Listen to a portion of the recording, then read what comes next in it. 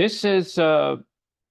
Paul Gabias, and today we're going to talk about the mindset for Nikken wellness. And that mindset is personal responsibility.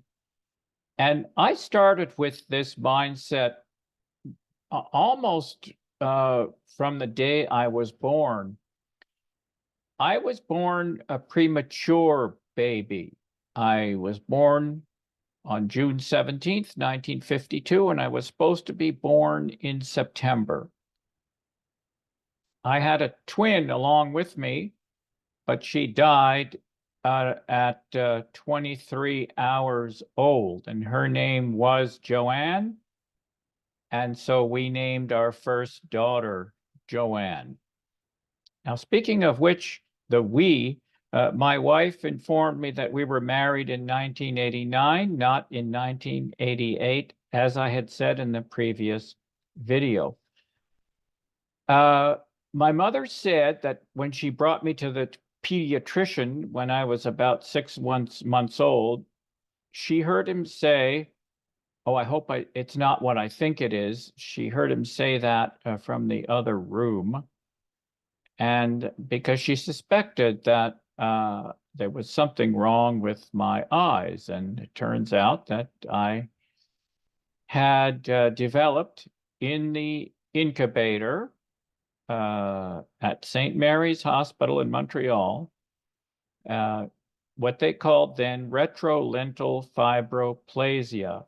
Now they call it retinopathy of prematurity. So I was really different from other people by, first of all, by being a much smaller baby and also a blind baby, different from the beginning. And as far as I can remember, I made it my business to be responsible for myself. I mean, nobody else knew what I would be capable of. I had to show myself and show other people. And that continued. It continued in school. And then when I went to the first school for the blind, it was a French school. So I had to learn French. I didn't know French. And it continued in graduate school. There was a time in graduate school where my circadian rhythm was topsy-turvy. So I was sleeping during the days or very tired during the days and up at night. And this was very disruptive to continuing a graduate education. So I said, well, I have to do something about this. And luckily, in New York City, there were radio programs that suggested that we pay attention to our nutrition. There was a program hosted by Carlton Fredericks and a program hosted by Gary Null. And on these programs, they would interview different physicians who had obtained their medical degrees from medical schools, but had expanded and in some ways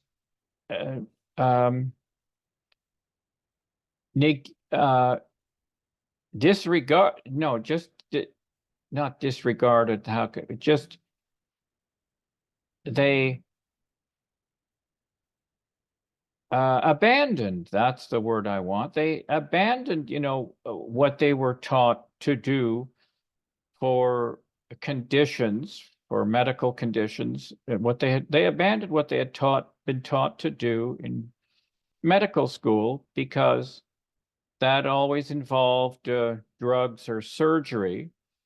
And these physicians found that there were more natural approaches to dealing with these conditions. So I kept hearing these physicians being interviewed on the radio in New York.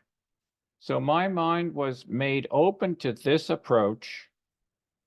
And so I went to see one of these physicians, Dr. Warren Levin, and he was able to help me with unconventional treatment. One was a calcium, magnesium, and B complex shots. I didn't like shots or needles, but I was desperate. I needed to have something done.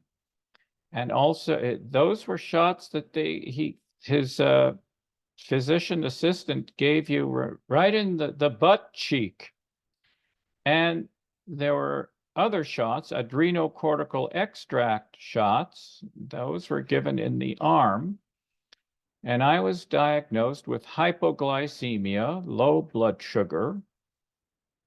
And anyway, with that sort of treatment, everything got reversed, thank goodness. And I could begin to continue in graduate school. And obviously, I graduated and so on. There was another physician that Carlton Fredericks interviewed, Dr. John Diamond, and he's known for his research in behavioral kinesiology. And he wrote a book called BK, Behavioral Kinesiology, and the paperback version of it is Your Body Doesn't Lie. And he wrote many other books also. He can be found on YouTube, Dr. John Diamond. So my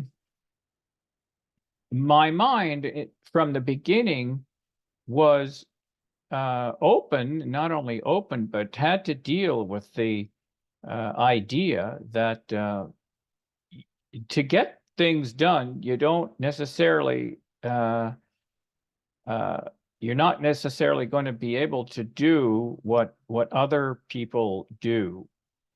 Blind people know this all too well. You know, if we want to write and read, we got to use Braille or some screen reader. If you want to get around quickly, it's best to use a white cane or a guide dog. We do things differently, but get the same things done. Well, there are other approaches to illness than drugs and disease. Now, of course, you're going to have to deal with drugs if you get hit by a vehicle and you need pain management, and you'll need some surgery to deal with, the fact that your bones are falling apart and because of this accident. And so, yeah, sometimes you need to be, as they say, patched up. But for conditions that are continuous, there has to be other ways than drugs and surgery. So I was introduced to Nikken by a student of mine in 1999. And I'll tell you about that story next time.